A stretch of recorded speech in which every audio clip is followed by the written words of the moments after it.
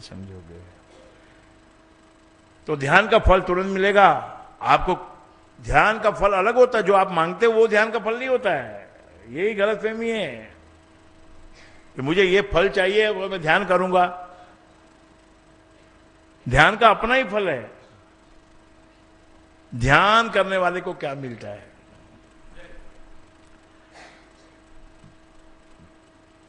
देखो, इसकी दो थियरियां हैं ध्यान की। अपने माइंड में अगर तुमने कोई चीज को रखा और ध्यान किया, यानी उस चीज का ही ध्यान किया आपने। एक्चुअली आप बैठते हो मेडिटेशन करने, लेकिन आपके माइंड में वही चीज होती है। कार कार, गाड़ी गाड़ी गाड़ी, कार कार कार, गाड़ी गाड़ी गाड़ी, कार कार। तो एक थियरी ये कहती है कि जो तुम्हारे माइंड में कंटिन्यूअसली कोई चीज होगी वो अवश्य तुम्हारे को मिलेगी। चाहे तुम कितनी गरीब होने दो और वो वस्तु कितनी बड़ी होने दो, आ जाएगी तुम्हारे पास। एक लड़का स्कूल जाता था, उसके शोरूम में एक गाड़ी देखता था, साइकिल। काफी महंगी साइकिल थी वो, 5-6 हजार की या 10,000 की, उस जो भी उसकी प्राइस पर वो महंगी थी वो। तो रोज देखता था ये साइकिल ये साइकिल ये साइकिल। उसका पिता के पास भी ज्यादा पैसा नहीं था, लेकिन एक दिन क्या हुआ, क्योंकि वो जो थियरी है, माइंड के अंदर कोई चीज लगातार अगर है तो परमात्मा किसी दिन कह देता है तथास्तु तथास्तु। इसलिए बुराई अगर माइंड में रखोगे, किसी दिन उसने तथास्तु कह दिया तो फिर बुरा हो जाएगा। तो क्या हुआ, उसका बर्थडे आया अगले दिन और देखा तो उसने, उसका पिता वही शोरूम से वही साइकिल जिसको रोज देखता था लाके उसको दे दिया। बेटा आज तेरे लिए साइकिल ले आया हूं मैं, कैसे दिखा। तो एक तो वो ध्यान है जो हम सब करते हैं, ये सब ध्यान आप खूब करते हो, पर उसमें भी खूब नहीं करते हो। उसमें भी हम उसको छोड़ देते हैं। नहीं मिलती है ये वस्तु, छोड़ दो। तो गई, फिर वो गई, तुमने छोड़ दिया मतलब गई, खत्म। यू लीव समथिंग, तो फिर क्या मिलेगा? फिर तो कुछ नहीं मिलने वाला। तुम पकड़ के रखेगा तो मिलेगा, तुम पकड़ के रखेगा तो मिलेगा। और एक ध्यान दूसरा होता है राम का,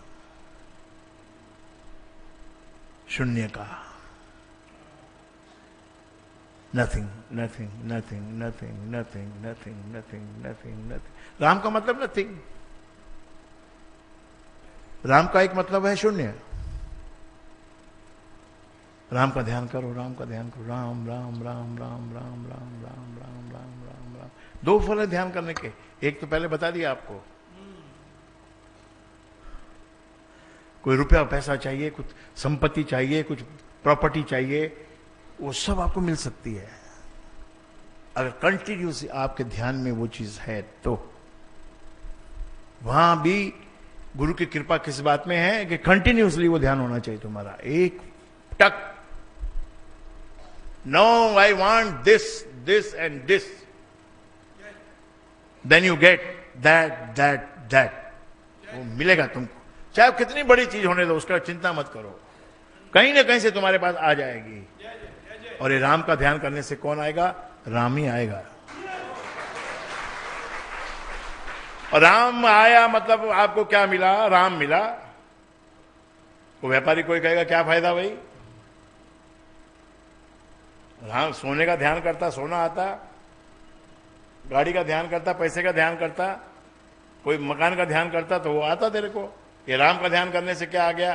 ये राम का ध्यान करने से गुरुदेव, ए बंदे, ए व्यापारी, जो मुझे मिला है तुझे नहीं मिला है, मेरे को राम मिला है, इतना याद रखना। और ये राम मेरा कैसा है? ये राम मेरा, ये फिर अपनी मर्जी से देता है, मांगना नहीं पड़ता है, फिर अपनी मर्जी से रिवॉर्ड देता है। ले भाई, तूने मुझे मांगा, अरे कमाल हो गया, संसार की इतनी चीजें छोड़ के, सारे संसार की चीजें छोड़ दी और तूने मेरा ध्यान किया, तो अब मैं तेरा ध्यान करूंगा। ऐसे परमात्मा कोई बैठ के तुम्हारा ध्यान नहीं कर रहा है, उसने सिस्टम बना रखा है, ऑटोमेटिक सिस्टम, ऑटोनॉमस, तुम्हारा ध्यान करता ही रहता है, वो सब कुछ चलता रहता है, उसकी सृष्टि में सब चलता रहता है, वो तो आराम कर रहा है। देखो विष्णु भगवान लेटा हुआ,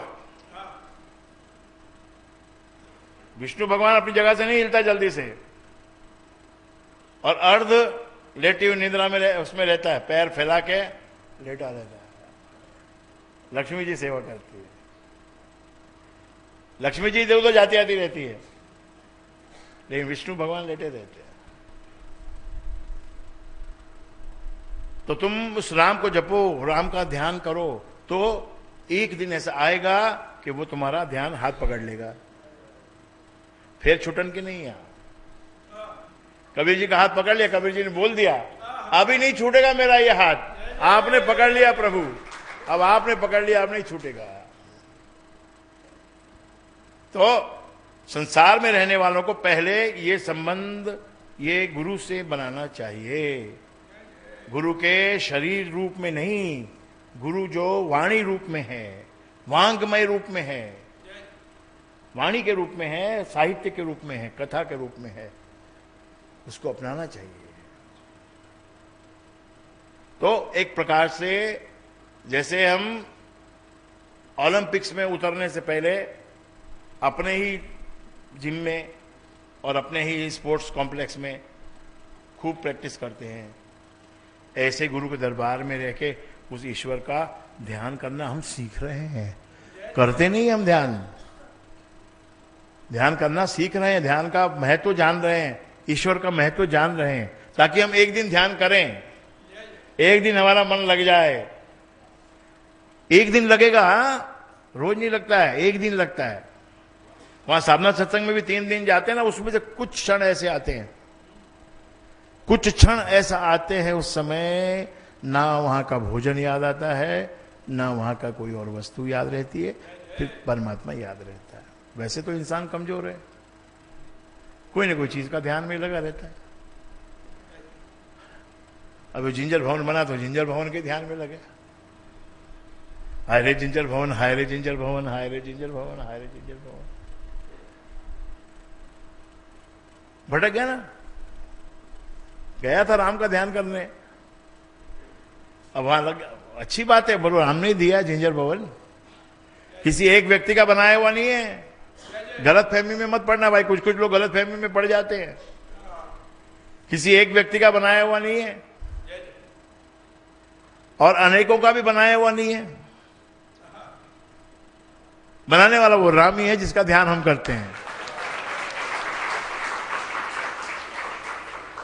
अभी राम से बातचीत हो रही है कि अभी कोई एक ऐसा कॉम्प्लेक्स बनाना है जिसको देखने के लिए पूरे वर्ल्ड से लोग आए हैं।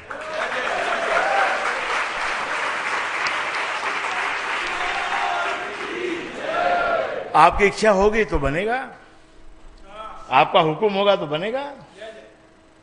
हमारा काम अर्जी लगाना है, एप्लीकेशन करना है, और एप्लीकेशन किसी दिन मंजूर हो गई तो धन अपने आप उगजेगा।